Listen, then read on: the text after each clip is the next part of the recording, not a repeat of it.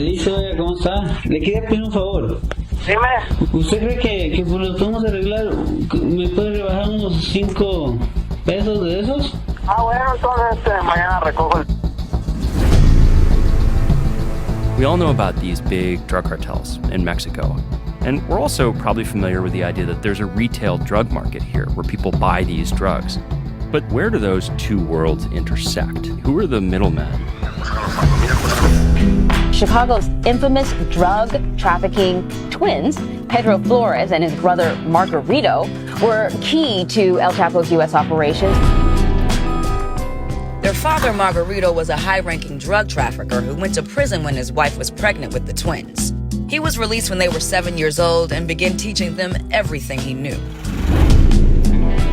With their father's contacts in Mexico and the brothers' connections in Chicago, they became an unstoppable force. The Flores family was the real-life Mexican version of The Sopranos.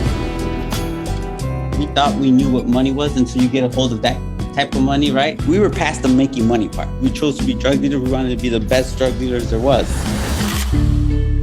There is a manhunt tonight for Margarito and Pedro Flores. The identical twin brothers are accused of smuggling hundreds of millions of dollars of cocaine. I'm on the run now, and I tell my friend's mom, I said, look, I'll give you 25 grand if you drive me to Mexico. At that point, my safety is the number one thing. Let me get this money, make sure my family's good.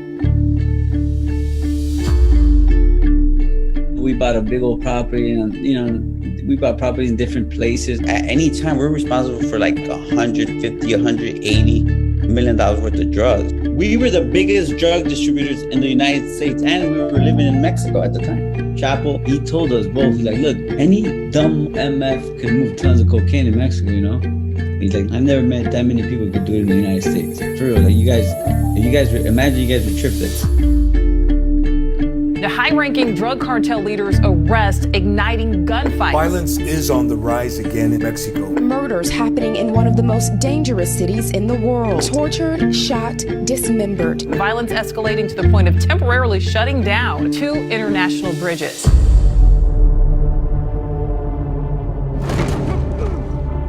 I got kidnapped. They put me in the back of the pickup.